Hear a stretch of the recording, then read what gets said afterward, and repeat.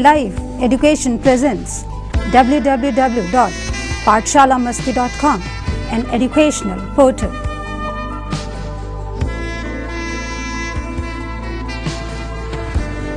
Here we bring a fast-track course for our students of class 10th.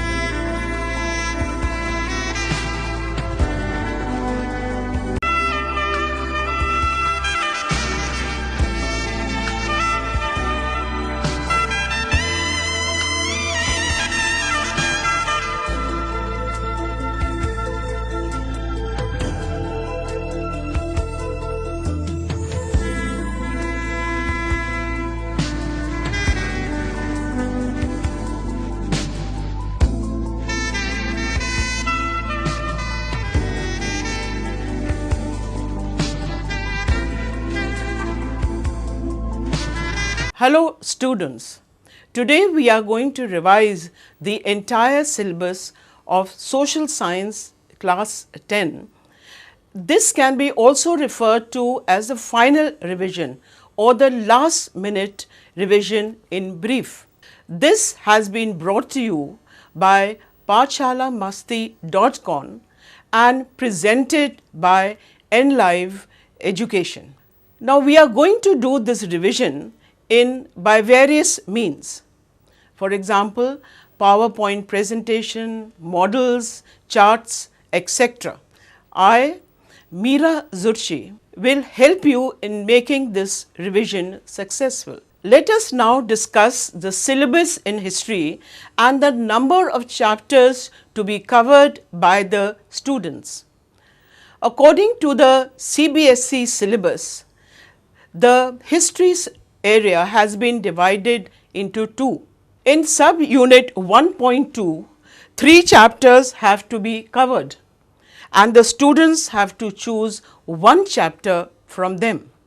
The 3 chapters cover industrialization, urbanization and globalization. In sub-unit 1.3, students have to cover 2 chapters, out of which they will choose one chapter, and the chapter covers first the print culture and secondly history of the novel. In total, the student has to cover 2 chapters for the first term history syllabus. So let us start with chapter 4 of the NCERT textbook, which discusses about the making of a global world. In the CBSE textbook, it is chapter 3, which is known as Trade and Globalization. The making of a global world. In this chapter, we will learn the introduction, globalization in pre-modern world in the 19th century, the First World War, the Great Depression, consequences of the Second World War and the beginning of globalization. Globalization. Globalization has emerged as an economic system since the last 50 years, but making the global world has a long history. The interconnectedness in the human societies can be seen from the ancient times when traders, priests and pilgrims traveled for knowledge and spiritual fulfillment. Globalization in the pre-modern world. Silk Route links the world. The Silk Route trade plays an important role in connecting cultural links between distant parts of the world in pre-modern times. Several silk routes were identified by the historians over land and by sea, linking Asia with Europe and North Africa. Exchange of goods among countries like textiles and spices from India, Southeast Asia, as well as gold and silver from Europe to Asia are good examples of trade exchange. Thus, trade and cultural exchange went hand in hand. Globalization in the pre-modern world. Food travels. Food also played an important role in the cultural exchange.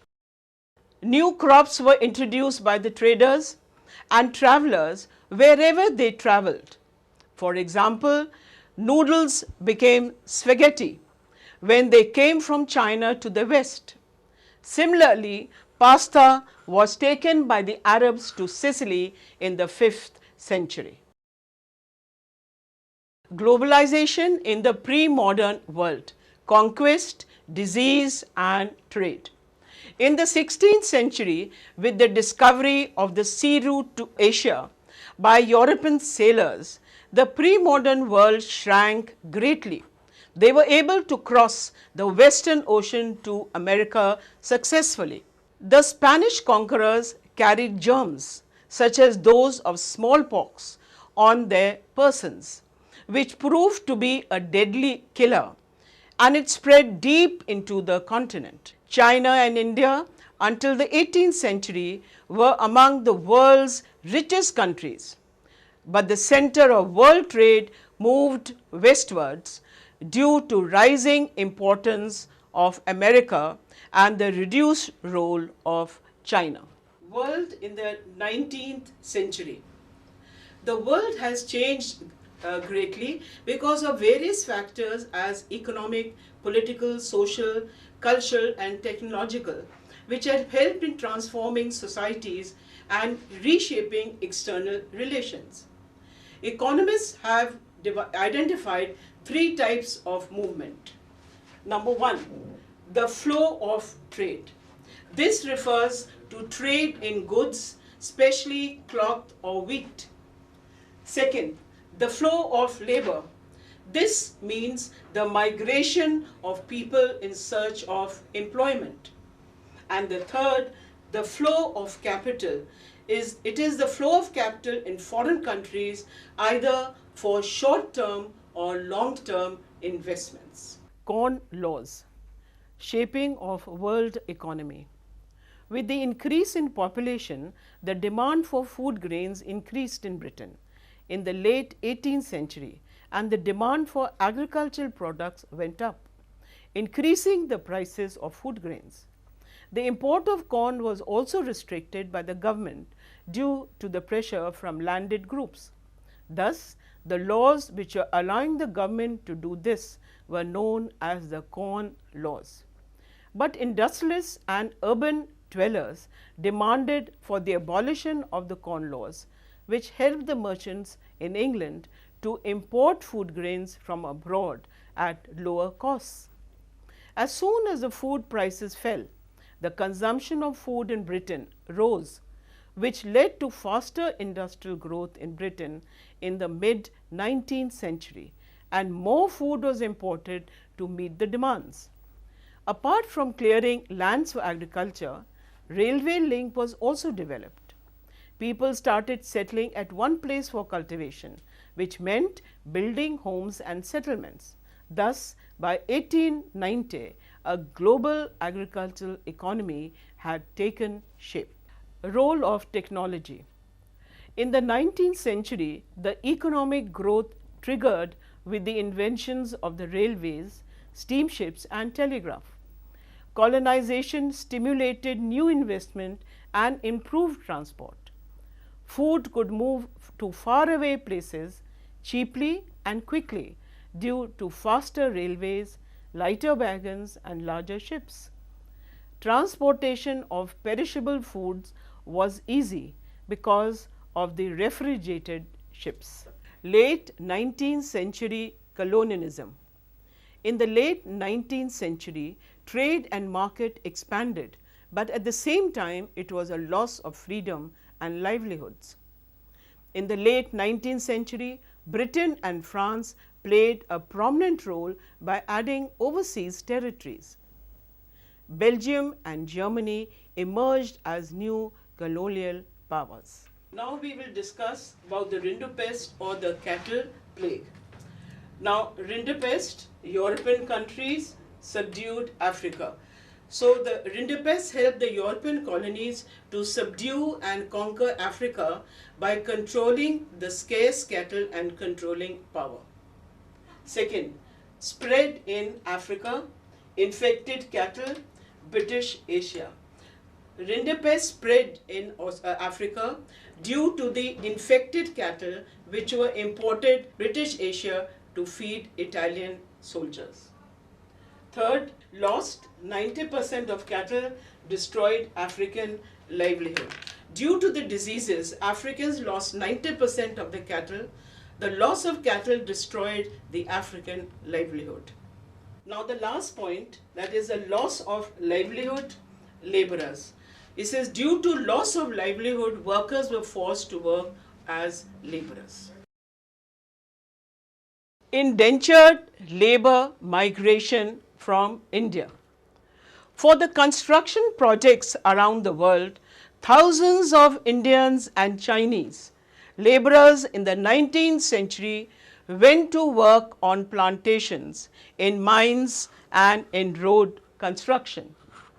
People from eastern Uttar Pradesh, Bihar, central India and the dry districts of Tamil Nadu were underlined workers. The main destinations were the Caribbean islands, Mauritius and the Fiji. Indenture was nothing but a new system of slavery, as the working and the living conditions of the laborers were harsh and they were given very few legal rights.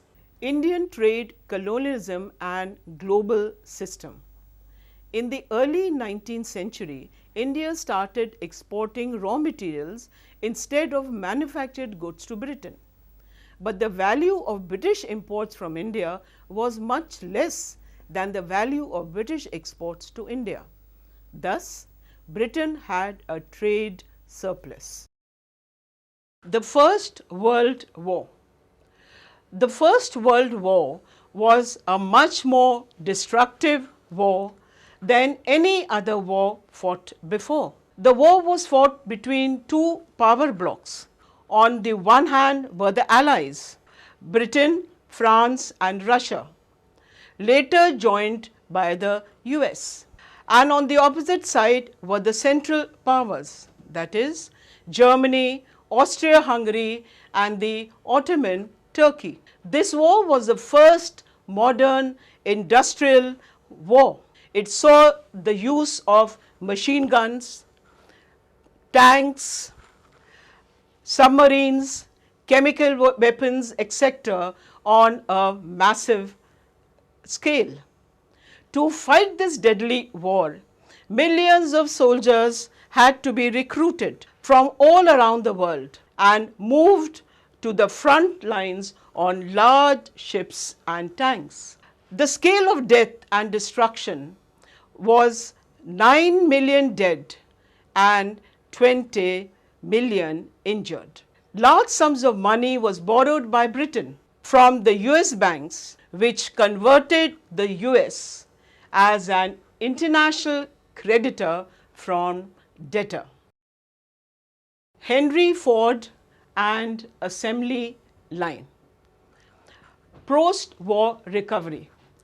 For Britain, the post-war economic recovery became difficult because countries like India and Japan had developed industries when Britain was preoccupied with war. Thus, it can be said that Britain was burdened with huge external debts at the end of the war. Rise of mass production and consumption. In comparison to Britain, the recovery in the US was quicker by the 1920s due to mass production. Henry Ford, a car manufacturer, is considered as the pioneer of mass production. The Great Depression, the period of low economic activity and very high unemployment which characterized the greater part of the period between the two world wars and more particularly over the period of 1929 to 34 when it became worldwide. We will now discuss the causes of the Great Depression. Conditions created by the war. There was an immense industrial expansion due to which war machinery during the year of the First World War. But after the war, there was sharp decline in demands for non-related products leading to economic depression. Second, overproduction in agriculture. Agricultural overproduction was one of the major factors of the Great Depression. This was made worse by falling agricultural prices. Shortage of loans. In the mid-1920s, many countries financed their investments through loans from the US. US overseas loans amounted to over $1 billion, but a year later, it was 1/4 of that amount. Countries that depended crucially on US loans now faced an acute crisis. Fourth, various other impacts. The withdrawal of US loans affected much of the rest of the world, though in different ways. In Europe, it led to the failure of some major banks and the collapse of currencies. In Latin America and elsewhere, it intensified the slump in agricultural and raw material prices. Effects of the Great Depression. Production, employment, income and trade declined disastrously in most parts of the world. Agricultural regions and communities got affected badly. The farm produce decayed due to lack of buyers. In Latin America, the agricultural and raw material prices declined. US banks cut the domestic lending and called back loans. Unemployment soared and the US banking system collapsed. Thus, the Great Depression affected society, politics and international relations. Now we will discuss the consequences of the Second World War. First, death and destruction. Death and destruction was enormous and on a gigantic scale.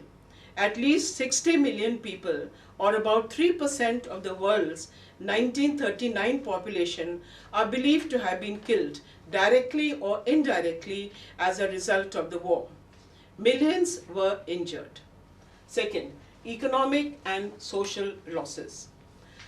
The war led to great agricultural, industrial and trade losses. It destroyed lakhs of industrial units, millions of tracts of land were rendered infertile, and trade and commerce also suffered great losses. Number 3, dominance of the Soviet Union. Two crucial influences shaped post-war reconstruction.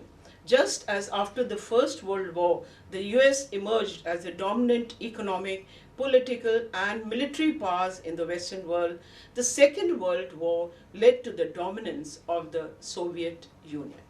A Bretton Woods Agreement.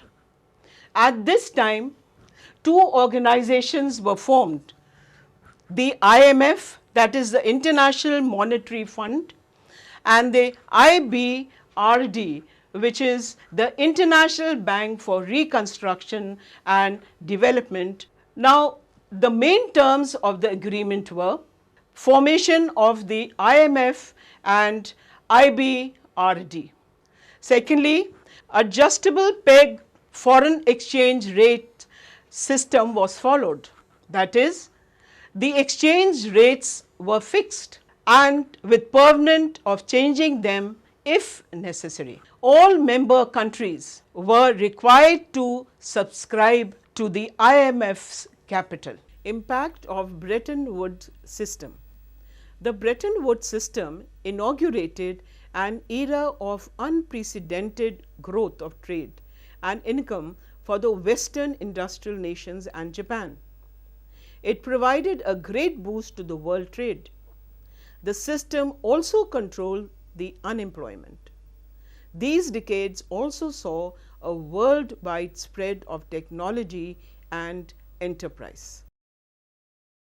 Factors responsible for the end of the Bretton Woods system: weakening US's finances, rise of Western commercial banks, unemployment in the industrial world, rise of China and the Soviet Union.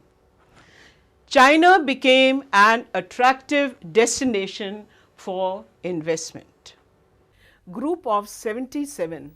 What is G77? It is a loose coalition of developing nations designed to promote its members' collective economic interests and create an enhanced joint negotiation capacity for the United Nations. G77 was organized to demand a new international economic order, that is NIEO. Reasons for making G77 or NIEO: actual control over their natural resources, more development assistance, fairer prices for raw material, better access for their manufactured goods in developed countries' markets. End of Bretton Woods and the beginning of globalization. Meaning, it means mixing of one's economy with the world economy for economic development and growth in order to become economically interdependent. Good effects of globalization. Globalization resulted in greater competition among producers, which improved the quality of the product and lowered the prices. Bad effects of globalization. Small producers were not able to face the competition from large foreign producers, hence several production units shut down. Multinational corporation, meaning MNCs are large companies that operate in several countries at the same time. The MNCs appear as one of the distinctive features of the present day world capitalistic system. They control more than 1/3 of the GNP of the entire capitalist world and more than 50% of its foreign trade.